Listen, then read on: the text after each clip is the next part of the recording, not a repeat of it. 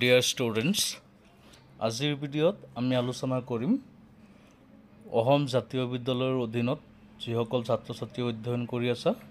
তোমালোকৰ first unit test এক্সামত class 8ৰ যিবোৰ question আহিব পাৰে ইংলিছৰ পৰা সেই কুৱেশ্যনবিলাক আলোচনা কৰি দিম। তোমালোকে ভালকৈ চাই ল'বা, ইয়াৰ পৰাই তোমালোকৰ পৰীক্ষাত কমন থাকিব। আটাইকেইটা চেপ্টাৰৰ পৰা তোমালোকক প্ৰশ্ন বাছনি কৰি দিয়া হৈ আছে, গতিকে সকলোৱে চাবা আৰু তাৰ আগতে তোমালোকে চেনেলটো ছাবস্ক্ৰাইব কৰি দিয়া। আমি ভিডিঅ' আগলৈ আগবাঢ়ি গৈ থাকিম।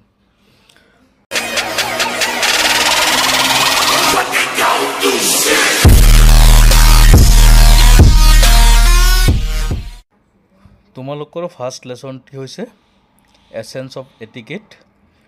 এই এছেন্স অফ এটিকেট চেপ্টাৰটিৰ ওপৰত যিমান গুৰুত্বপূৰ্ণ কুৱেশ্যন আছে আৰু ইয়াৰ অসমীয়া অনুবাদ অলৰেডি আমি দুটা ভিডিঅ'ত দি দিছোঁ চেনেলত, তোমালোকে তাৰ পৰা চাই ল'বা। আজিৰ ভিডিঅ'ত খালি আমি ইয়াৰ পৰা কোনবোৰ প্ৰশ্ন আহিব পাৰে সেইবোৰহে তোমালোকক দেখুৱাই দিম।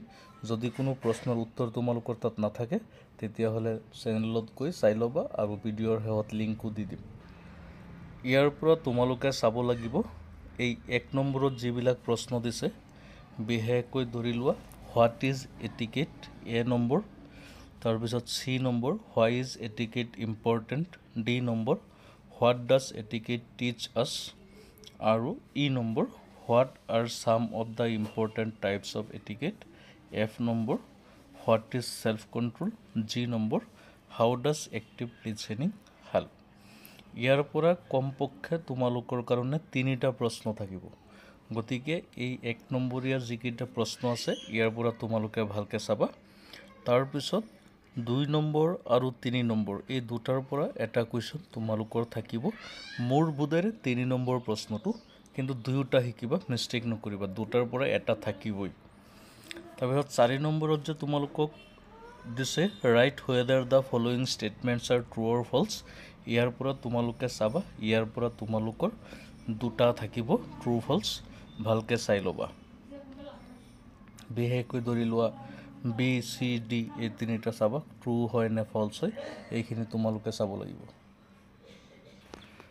তাৰপিছত এই চেপ্টাৰটিৰ লগত সংগতি ৰাখি ডিটাৰমিনাৰ্ছ দিয়া হৈছে তোমালোকক, সেই ডিটাৰমিনাৰ্ছখিনি চাবা। এই ডিটাৰমিনাৰ্ছ যিবিলাক দিয়া আছে তাৰে এক্টিভিটি 1ৰ পৰা তোমালোকৰ 4টা ডিটাৰমিনাৰ্ছ আহিব। এই এক্টিভিটি 1ৰ পৰা তোমালোকে এক্টিভিটি 1 কৰিছানে নাই চাবা, আৰু যদি কৰা নাই তেতিয়াহ'লে আমাৰ চেনেলত চাই ল'বা, আটাইকেইটাৰ এনচাৰ কৰি দিয়া হৈ আছে। তাৰপিছত আকৌ এইটো চেপ্টাৰত এপ্লিকেশ্যন দিয়া আছে। সেই এপ্লিকেশ্যনৰ ভিতৰত এই তোমালোকৰ এইটো যিটো লিখি দিছে কিতাপত দি দিছে, write a letter to the principal of your school seeking a leave of absence for 3 days, এইটো চাবা। আৰু ইয়াত দুটা প্ৰশ্ন দিয়া আছে যে এই প্ৰশ্নৰ পৰা 2 নম্বৰ কুৱেশ্যনটো write an application to the principal of your school asking for a half holiday leave to attend a puja at home. এই কুৱেশ্যনটো তোমালোকে ভালকৈ চাব লাগিব। এইটো পৰীক্ষাত অহাৰ পূৰ্ণ সম্ভাৱনা আছে। এই দুটা এপ্লিকেশ্যনৰ পৰা যিকোনো এটা তোমালোকৰ পৰীক্ষাত থাকিবই। এতিয়া আমি আগবাঢ়িছোঁ lesson number 2, a day at the living root bridge. ইয়াৰো যিবিলাক চেপ্টাৰ ৱাইজ কুৱেশ্যন আছে সেইবিলাকৰ এনচাৰ আৰু চেপ্টাৰটিৰ অসমীয়া অনুবাদ অলৰেডি তোমালোকক কৰি দিয়া হৈছে চেনেলত, তাৰ পৰা চাই ল'বা। এতিয়া আমি ইয়াৰ পৰা প্ৰশ্নবিলাকৰ সন্ধান কৰিম, কোনবিলাক প্ৰশ্ন তোমালোকৰ পৰীক্ষাত আহিব সেইটো চোৱা। 1 নম্বৰীয়া প্ৰশ্ন যিবিলাক আছে তোমালোকৰ কিতাপত সচৰাচৰ ইয়াৰ আটাইকেইটা শিকিবলৈ চেষ্টা কৰিবা, কিন্তু ইয়াৰ পৰা তোমালোকে চাবা। তথাপিও মই কৈ দিছোঁ। B number how old was Ruhi, তাৰপিছত in which state East Khasi Hills is located, D number what is Ruhi's nick name, E number এইটো চাবা। তাৰপিছত what are the bridges that Ruhi went to see called, তাৰপিছত with whom did Ruhi go' to Meghalaya, এইকেইটা ভালকৈ চাবা। 2 নম্বৰত তোমালোকক ট্ৰু ফল্ছ দিছে, এই ট্ৰু ফল্ছ কেইটা চাবা। ইয়াৰ পৰা তোমালোকৰ দুটা থাকিব ট্ৰু ফল্ছ, তোমালোকে ভালকৈ পঢ়িব লাগিব তেতিয়াহ'লে পাৰিবা।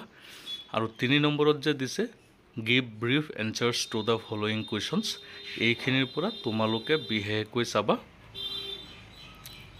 হোৱাই were the root bridges built, এই কুৱেশ্যনটো ভালকৈ তোমালোকে চাব লাগিব। এইটো তোমালোকৰ পৰীক্ষাত অহাৰ চান্স পূৰা মাত্ৰই আছে। লেসন নম্বৰ 2ৰ লগত সংগতি ৰাখি প্ৰিপজিশ্যন দিয়া হৈছে প্ৰিপজিশ্যন কেইটা আলোচনা কৰা হৈছে এই প্ৰিপজিশ্যনৰ কাৰণে তোমালোকৰ কিতাপত এক্টিভিটি যে দিয়া আছে এই এক্টিভিটি ভালকে চাবা এক্টিভিটিৰ পৰা তোমালোকৰ পৰীক্ষাত কমন থাকিব প্ৰিপজিশ্যন 6টা প্ৰিপজিশ্যন আহিব তোমালোকৰ 3 নম্বৰ থাকিব এই এক্টিভিটি ভালকে চাবা তোমালোকে দুই ধৰণৰ এক্টিভিটি আছে এক্টিভিটি 1 আৰু 2 1ত খালি ঠাইত বহাব দিছে আৰু 2ত তোমালোকক এনসাৰ্কল কৰিব দিয়া হৈছে প্ৰিপজিশ্যন বিলাক গতিকে ভালকে চাবা যদি কিবা কনফিউজন আছে কমেন্ট কৰিবা বা আমাৰ যিবিলাক ভিডিও দিয়া আছে সেই ভিডিও বিলাক তোমালোকে চাই লবা তাৰ পিছত আছে প্যাৰাগ্ৰাফ ৰাইটিং কৰিব লাগে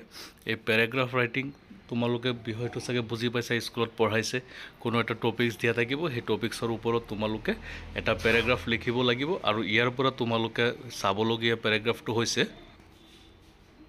এই যে এক্টিভিটি দিয়া আছে সোয়া write a paragraph on the following topics এই দুটাৰ পৰা যিকোনো এটা আহিব মোৰ বুদ্ধৰে importance of internet in our life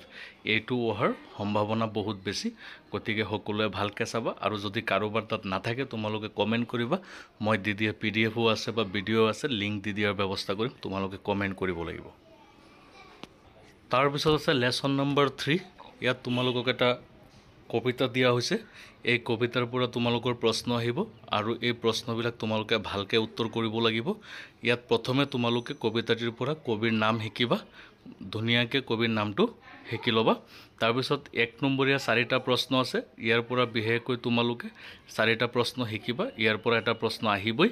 আৰু 2 নম্বৰীয়া কোৱেশ্চনটো তোমালোকে শিকিবা এটো তোমালোকৰ পৰীক্ষাত আহাৰ চান্স আছে তাৰ পিছত ৰাইম যেটো আছে 4 নম্বৰত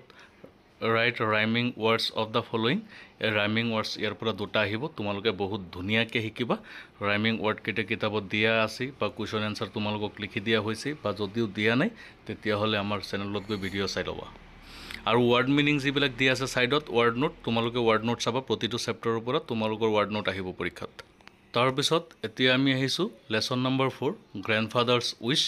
এই চেপ্টাৰটিৰ পৰা তোমালোকৰ কিছুমান প্ৰশ্ন আহিব এই প্ৰশ্নবিলাক তোমালোকে ভালকে চাবা ইয়াত ওয়াৰ্ড নোট দিয়া আছে ওয়াৰ্ড নোট বিলাকো চাবা আৰু এই চেপ্টাৰটিৰ কোৱেশ্চন আনসাৰখিনি কৰি দিয়া হৈছে ভিডিওত হেতু চাই লবা এতিয়া আমি আলোচনা কৰিম কোনবিলাক প্ৰশ্ন তোমালোকৰ পৰীক্ষাত আহিব পাৰে 1 নম্বৰীয়া প্ৰশ্নবিলাক চাবা 1 নম্বৰীয়া প্ৰশ্নবিলাকৰ ভিতৰৰ পৰা তোমালোকৰ যিকোনো 3টা প্ৰশ্ন আহিব এই চেপ্টাৰৰ পৰা মই কৈ দিছো এই 3টা প্ৰশ্ন তোমালোকে ভালকে চাব লাগিব 1 নম্বৰীয়া বিলাকৰ বাছনি কৰি দিয়া নহয় এতিয়া তোমালোকে চাবা আৰু তাৰ পিছত যিবিলাক আহিব পাৰে সোৱা 2 নম্বৰত তোমালোকক দুটা প্ৰশ্ন দিয়া হৈছে give brief answers to the following questions ইয়াৰ পৰা তোমালোকে বিহেকৈ বি নম্বৰ কোৱেশ্চনটো চাবা বি নম্বৰ কোৱেশ্চনটো মোস্ট ইম্পৰ্টেন্ট আছে তোমালোকে চাবা 3 নম্বৰত ট্ৰু ফলছ দিছে হে ট্ৰু ফলছ বিলাক চাবা ইয়াৰ পৰা তোমালোকৰ দুটা বা এটা আহিব ট্ৰু ফলছ 3 নম্বৰত দিছে write whether the following statements are true or false হসানে মিছা লিখিব লাগে এইখিনি তোমালোকে চাব লাগিব তাৰ পিছত এইটো চেপ্টাৰত তোমালোকক কিছুমান গ্ৰামাৰ দিয়া হৈছে গ্ৰামাৰ বিলাকত ফিনিট আৰু নন ফিনিট ভাৰ্ব আছে